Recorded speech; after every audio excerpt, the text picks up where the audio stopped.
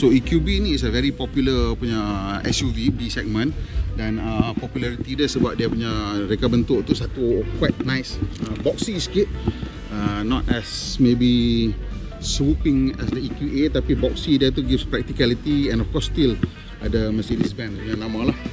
So let's go in. So basically ini ialah kereta built on the traditional EQB platform, which is still an ICE platform. So it's kind of a halfway house lah. Nak kata compliance car, it's not really compliance car in the sense that dia orang tak buat banyak lah. I think yang ni dia orang kena serius dah. Dan kalau kita tengok interior dah, memang typically this is still non Mercedes interior, cuma sekarang trim ni colour rose gold lah. Dan of course dia punya meter ni semua akan tunjuk different set of information, and they're still using MBUX so dia punya display dia common is MBUX. They're not using Android for cars or anything like that, and dia orang ada a lot of voice command lah kereta ni. So dia memang yang awal yang gunakan a lot of voice command for their cars. Dan yang ni juga datang dengan adaptive cruise control lah. Obviously all these cars kena datang dengan adaptive cruise lah. Kita tahu adaptive cruise bila kita tengok ada ni lah, ni tunjuk gap ni, kita tahu lah ada adaptive cruise control. Bila dia tak ada gap ni, dan kita tahu itu bukan adaptive cruise control lah. Dan kat tengah-tengah ni obviously dia dua screen.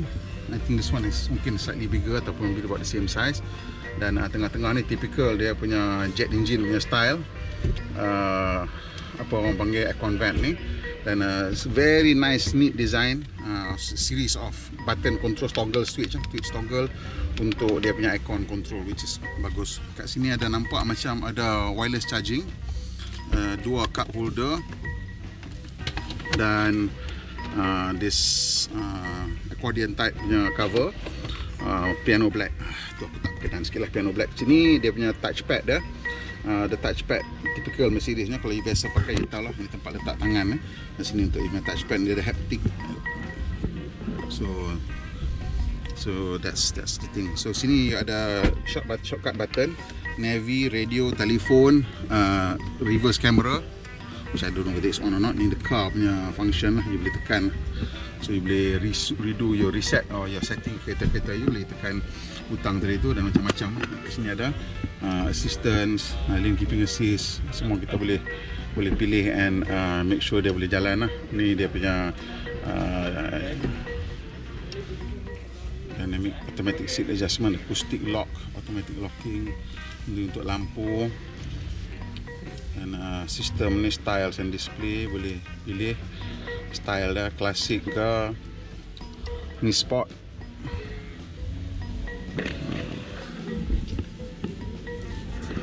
Switch. Kat situ ada buka charger. Buka charger? Charger dia kunci, yang tekan tak keluar, tekan tak buka. Tak ada. Kalau ditekan dia tak terbuka. Dia tekan lah. So okay, so dia ada sport and progressive switch off lah. Macam nak kena tekan lah ni. Okay, so sport, progressive, aku tak tahu, dia tak nak tunjuk lah. Macam ni, whatever lah.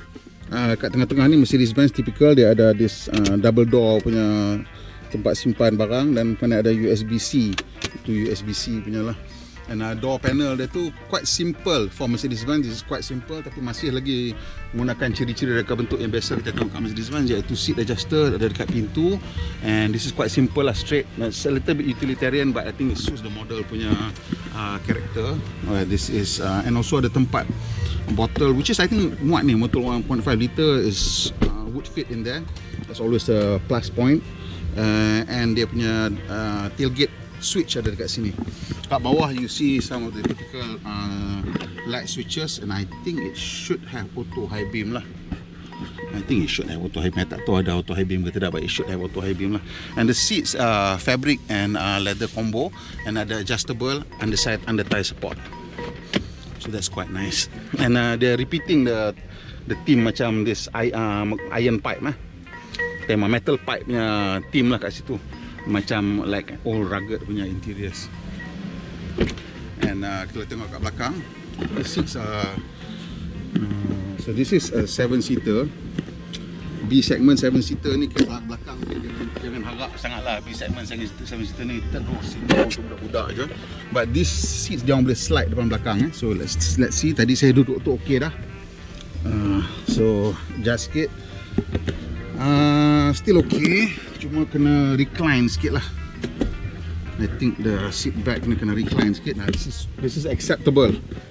Wouldn't say the most comfortable seat in the house, but acceptable. Cuma cerita dia sekarang ni, with all these electric cars, dia punya lantai tu naik sikit lah. Kalau saya rasa kalau you tengok the traditional EQB, that floor would be slightly lower. Sebab sekarang ada bateri, sekarang kaki kita ni naik tinggi sikit lah. What happens you tengok dah lah dia punya seat scope tu tak panjang, kaki kita terangkat sikit. So this one on long distances could be trouble lah for orang-orang yang tinggi sikit, average height. Tapi nice dia punya seat tu, walaupun at the lower setting kita boleh masuk kaki. So that gives us sikit lah ruang untuk meluncur. Belakang ada dua aircon vent, no controls, and ada satu USB charger. Door capping, ada speaker, tweeter and mid range. So that's very decent. I don't know pakai Burmeister ke ataupun biasa punya yang ni, whether it's branded Burmeister or not. And this is the charging port. Dia orang ada setengah orang cabut So Mercedes Benz bagi one of this ada spring loaded nya lah. So that's nice. So typically hang tengok kalau hang tekan bawah dia terbuka semua, tapi kalau yang tengah atas dia buka satu je. Kenapa? Sebab kalau kita pakai DC fast charger, dia punya kepala tu akan ada connection untuk this is data port sekali kat sini lah for the what you call it, the charging pillar, charging post ataupun charging box, untuk communicate dengan kereta untuk tahu berapa banyak kuasa yang dia boleh terima dan bila nak berhenti. Tapi bila kita charge kat rumah, kita pakai AC wall box punya, tak kira lah sampai type 2 22 kW ke apa ke, kita hanya perlukan yang ni lah sebab dia masuk kat sini. While the bigger ones tu are for power and some for data lah I think. But bila you nak pakai yang bawah ni, obviously this is the DC port lah, this is the bigger power output. Tak silap saya kereta ni boleh ambil 200 kW charging speed dia. So dia akan tembak power sini, tapi dia communicate dengan the BMS melalui yang ni lah. So dia akan tembak. So dia beza dia bila kita pakai sini, sekali sikit lah little bit of technical punya explanation. Bila you choose yang pakai yang atas AC ni, bateri ialah DC. Bateri is not an AC device, so it's a DC device. So dia punya charger, actual charger, onboard charger, saya tak pasti limitation dia berapa. Selalunya typically 11 kW, could be sampai 22 kW punya charging. So dia akan tembak AC masuk sini, dan the battery charger, the onboard charger akan convert the current balik jadi DC untuk masukkan ke bateri. There's a very particular way of doing it, sebab bila the battery tembak balik current nak masuk ke motor pun there's a very particular kind of current yang dia nak, yang dah all sorted out lah. So dia ada, you need to use the onboard DC charger. Tapi bila you tembak DC punya charger kat luar, so that means dia tak pakai the onboard charger. Apa yang dia pakai, dia akan tembak power direct masuk ke bateri lah. Cuma now the BMS kena regulate how much power, so that's why bila you buka ni dia kena ada data port sekali.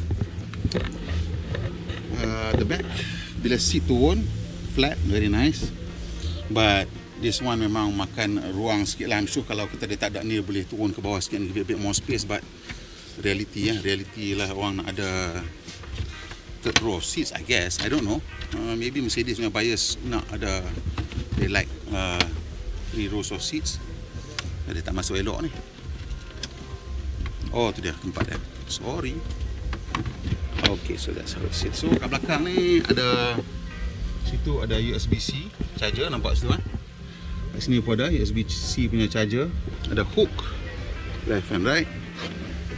There's no tie down. I tak nampak tie down kat belakang ni. But there's tie down kat situ. Nampak ada tie down kat sini. Tie down. Oh ada tie down. Sorry, kat tepi ni tie down. Ada tie down hook Ini untuk turunkan seat lah. Let's see if it's difficult or not. Boleh tarik satu tangan. I think this should be a one hand operation. Sebelah sana seat recline tak boleh. So let's see this one. Oh lekat, sticky. Okay, anyway. Let's see, kita tutup saya tengok dengan design belakang dah. I've never seen this car up close. So this is nice 4matic. 4matic means all wheel drive lah, 4 wheel drive lah. So dual motor kan depan belakang. Apa kita berhubung upskirt sikit. Let's do an upskirt. That's the battery. You see, that's the battery. Nampak? Sat. Start. Dia nak start shot. So that's the battery pack, nampak tu? Yang metal covered tu lah. That's the battery pack. So it sits all the way sampai depan, like halfway lah ke depan. Dan ke belakang ni sampai almost all the way. Selalu dia ada crown sikit kat belakang tu. Dia panggil the penthouse, and that will probably sit under the seat lah. The penthouse probably under seat belakang ni lah. Let's go look at the EQC. EQC dah tengok dulu. Well, let's look at the EQS pula. Let's start from the back. So this one has the biggest battery, 107.8 kilowatt hour. They broke the mold. I guess they on decide untuk EQS ni kena make it something different. They need to get really good aero. With really good aero, you really need a fastback design lah. That's why you tengok most of the cars yang EV memang ada fastback design. So sama ada you nak maintain a boot opening atau a hatch opening. So Mercedes Benz decided they're going to have a hatch opening. Plus point dia, opening tu besar. Minus point dia, hatch dia berat. So this is additional weight and complexity for the car.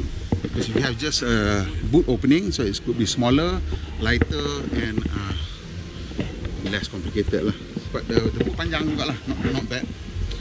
Perhaps not, certainly not as class macam saya, but it's quite big and quite a simple boot. It's not much of anything kat sini. It's not even an electric release untuk dia punya folding seat back. Ada macam kuali tie down hooks 4 and a small net for the side. Kat bawah ni ada a little bit more storage space. Kalau hang tanya kereta elektrik pasal apa tak ada spare tire, memang tak ada lah. Sebenarnya tak ada, so tak ada ruang. Dan dia nak bagi ringan kereta, maksimum ringan, so dia never put lah. Selalunya dia orang kena pakai puncture repair kit lah. So this is different from that one in the sense ini ialah from the ground up designed to be EV. So let's do a little bit of an upskirt, see if you nampak tidak beza dia dekat bahagian bawah. Okay, close the door, tak ada orang. Selamat sikit kita nak duduk bawah ni. Well, for one thing, this has a very low ground clearance. Saya tengok ground clearance dia. The ground clearance is not fantastic. And aku suspect speed bump banyak kena ni. So kalau hang bawa kereta ni speed bump, tolonglah pelan-pelan. Dia ada dua benda lah masalah dia. Satu, dia punya ground clearance rendah. And because this cars, electric cars, dia berat tau. So this one probably 2.5 times easy. So that tire, they're just going to compress the suspension. But these are all running on air, so maybe okay. I don't know, but this is quite low lah. Dan itu dia punya battery. So bila dia design sini, dia boleh cari banyak sikit ruang lah untuk bateri. Dan yang ni kita tengok dia punya footwell ni quite nice, quite high juga, but let's see what it looks like. Leg room decent. Seat ni kita tak usah tengok lah pasal dia recline beyond what normal people would use. So ni agak bersandar juga, santai juga, tapi still ada ruang lah. Satu one fist kat belakang ni. Dan dia datang dengan got a big screen lah, got a big screen, and that's really quite okay lah. Tak ada something yang memang perlu ada lah kereta-kereta kelas ni. Dan of course untuk yang ni dia ada reclinable seat lah, seat.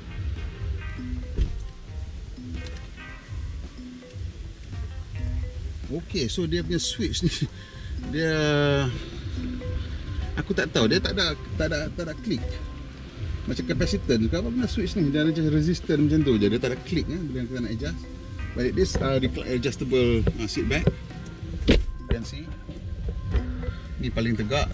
Dan kalau kita tengok kat sini, dia ada seat warmer dengan ventilated seat lah. So you boleh get ventilated seat. Ini dapat Burmeister punya branded speakers, leather or leather wrap at least, soft touch.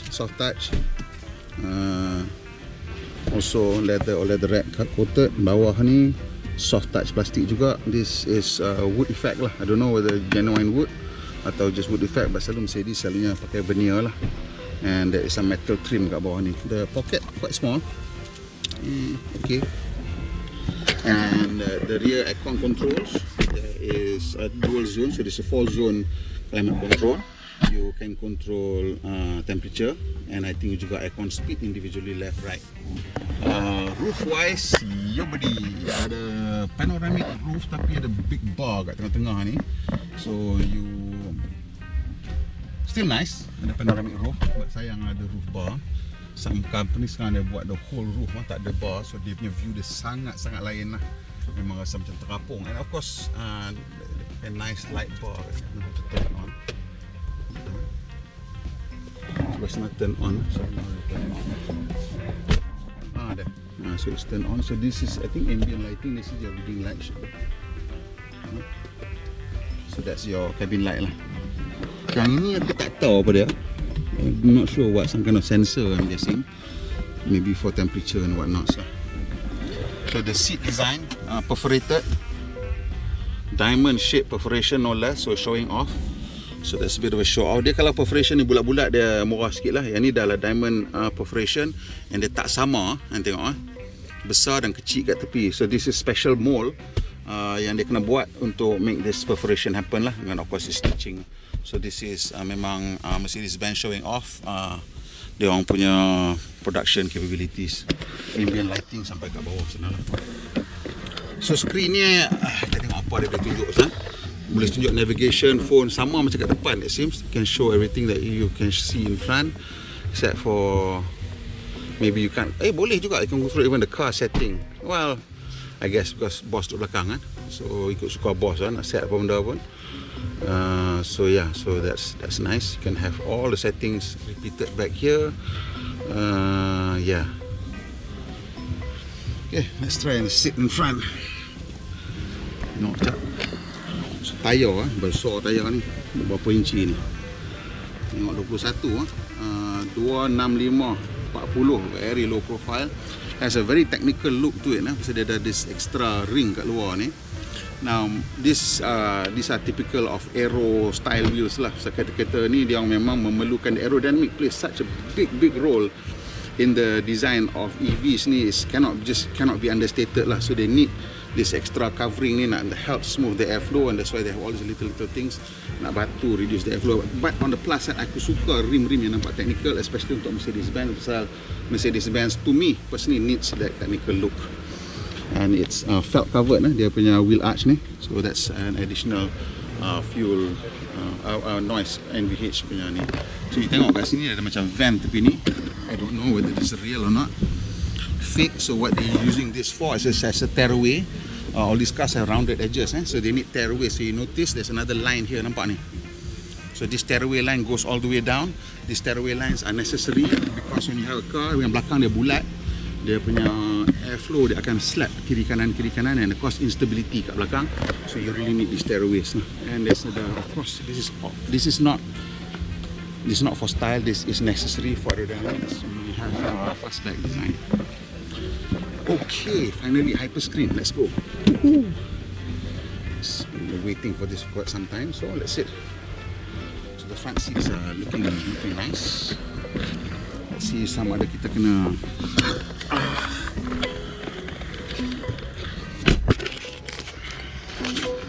Okay, so tolak depan lagi sikit. Sekarang kita try duduk belakang balik lah. Okay, ni this okay for me. Kita tolak lagi tegak. I don't like this new switch lah. Dia tak ada click. I don't like this new switch, but that mechanical part yang dia buang kat dalam tu helps to control cost. So I guess that's why tak nak buat apa lah. All these things now memang dah tak ada benda tu headrest boleh angkat. That's about mine. So a bit cozy, nice and cozy. Cozy sebab dia punya center tunnel ni tinggi untuk konsol ni tinggi. Dia tak ada center tunnel sebenarnya, tapi ada macam ada vestiges of a center tunnel, ada sikit lah. Dia tengok belakang tu nampak ada sikit lah macam center tunnel. Maybe just extra space yang dia need untuk bateri lah, aku tak tahu siapa. Dan dekat bawah ni ada storage pass shelf lah. And so the cabin feels cozy lah, wrap around lah. This whole thing wrap around, and that feels a little bit cozy. Some people will not like this. Some people will feel this is like cramped. They will describe it as cramped, but some people will say cozy.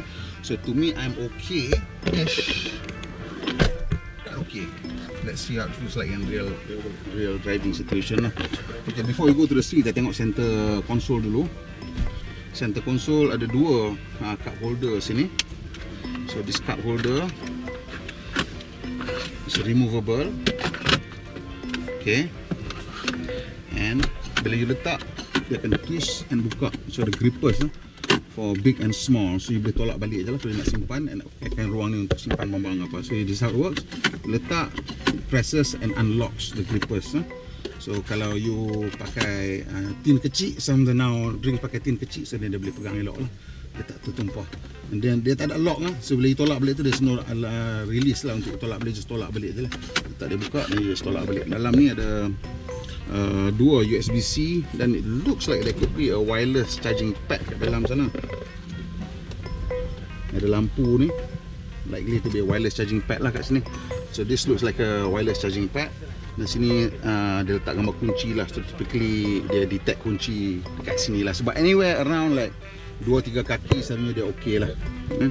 So this is the typical Mercedes punya double opening. Another two USB-C charger. Dia USB-C kan, jangan harap USB biasa. Dia USB-C. I don't know why there's a little like rubberized thing here. Is it for cards? I think you could put your card here lah. So if you have like toll cards ke apa-apa, macam letak kat sini. I don't know what this is for. This looks like what could it be for? I don't know. So I don't know what this is for. But there's a little rubberized pad. There's a small rubberized pad, which I don't know what's for. The box is a decent size. Boleh masuk like a small handbag ke camera. So that's fairly good. So it looks like everything is on the hyper screen. There is no physical switches, buttons at all dekat atas ni. Dekat sini ada some capacitance switches, except for this one yang memang nampak feels like a real, mungkin ada membrane switch kat bawah tu. This is for selecting, okay, volume ada kat sini, so that's quite okay. Dia punya apa nama orang panggil, finger tracking. So like that one lah. So small mana? Tu shut up. Bye Mercedes. Goodbye. And this has a way. Look at this. Aku tekan ni dia bergerak. Allah, oh, because the whole thing moves. Okay, so the whole thing moves. That's kind of interesting, I guess. Oh, so you have to press down until the whole thing shifts. Huh? So now this is the. I don't want your Mercedes me. Okay, so shut up. I don't want. Please, just go away. Can you just please go away? I don't want. Head-up display, all these functions. How do I get to like? Say home. Okay, that's home. Dua kali tekan, and then you get to go back to the button, the main screen. And right now battery, ada battery punya ni, information, function available. Go back up, media, back up. So the layout is quite okay, not too deep. You don't have to go too deep. I think it seems. It seems you don't have to go too deep. Boleh. Go ahead. Navigation. Oh, wait a minute. So let's go home again. Oh, they put default then navigation, I guess. I don't know.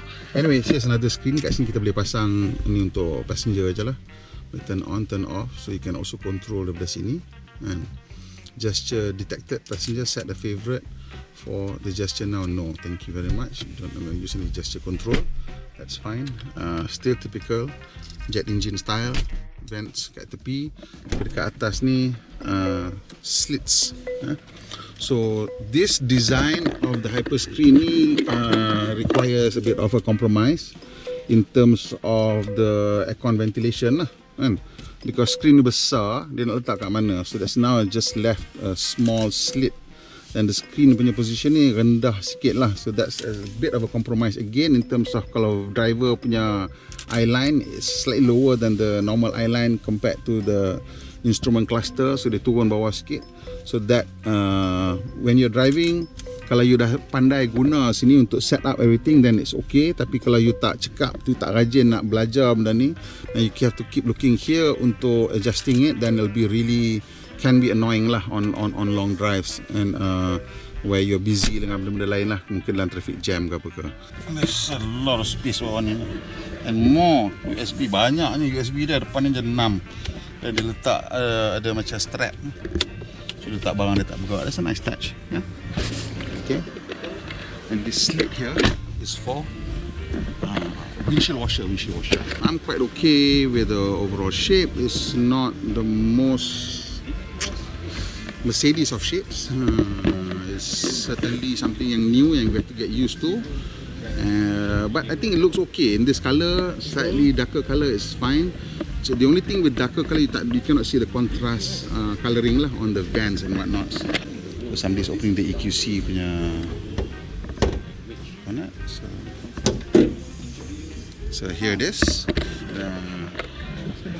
So this is the first attempt. So as you can see, they're using the engine bay like an engine bay, where you see they mount the whole motor inverter package inside the cage. So like, I guess they nak bagi perimeter for this, and then so if there's any impact, the cage protects it lah. That's really an old school way of doing it. So the mounting, I think they're just trying to share same mounting points untuk the old engine and then give it some play, I guess. But as a result, you see a lot of wasted space. This is wasted space. The engine, I think, could be probably be repackaged in a way where it doesn't intrude so much to the top. And of course, the layout of the thing are all. This is how you design a car. You fight for space. So this car EQC dah design lah, the GLC dah design. So they said convert to EQC. You need to fight for space. Powertrain punya people, you have whatever you want to do here. So nobody fought for any kind of the space. So that's why they just put anything they want anywhere that they like lah. This is typically bila you nampak cars that are built on traditional ICE platform, they just don't bother to fight again for the space. And I don't talk much about this car. Dia dah dekat lama, kita dah ada test dia. I don't know whether ada tak video. Kalau ada, adalah link ke atas ni saya letak untuk kereta ni masa kita bawa dekat Mercedes Airport dulu. Again, you see, look at the rim. Mercedes kan suka ada this outer ring ni, even on this AMG memang ada lah. Dia punya E-Class pun yang AMG sekarang ada this new ring kat luar ni, which I really like. The interior still GLC typical. It's the same as you remember it. Screen besar tu, panjang tu is now basically standard fare in electric cars. So yang ini, when they first did it, we saw that aircon vent. We thought, oh, that's an interesting way to do it. That's a different way, but they never stuck on. Mercedes Benz continued back with their own punya propeller style untuk aircon vents. So this was their first electric car built on the GLC platform. And masa kita bawa dekat Sungai Besi tu memang lama, terkejut beruk and that's still going to be really good. So we're looking forward to getting this car for a test drive. Semua kereta ni yang EQS dah masuk, yang untuk EQB dengan EQC akan masuk bulan September. Kita akan sampai bulan September. Dan kalau you order sekarang EQS, tiap-tiap bulan ada kereta masuk. Total number of cars yang masuk setiap bulan kita tak sure, tapi tadi they hand over 6 biji kereta. So my guess is sebulan mungkin they have 10 to 12 cars lah yang masuk, maybe as many as 20 cars kan, tak tahu, maybe that kind of numbers for the cars yang boleh bawa masuk. So typically memang dia orang dapat lah 200 unit lebih sikit lah macam tu. So that's what the numbers are probably going to be like. Untuk the EQB mungkin lebih more, sebab EQA tu masuk-masuknya terus sold out. Berapa biji dia masuk aku tak tahu lah, tapi I'm saying that demand is already there, especially untuk premium brands. I think premium brands cannot keep themselves lah. If they continue on just ICE punya trajectory, they're going to be in trouble.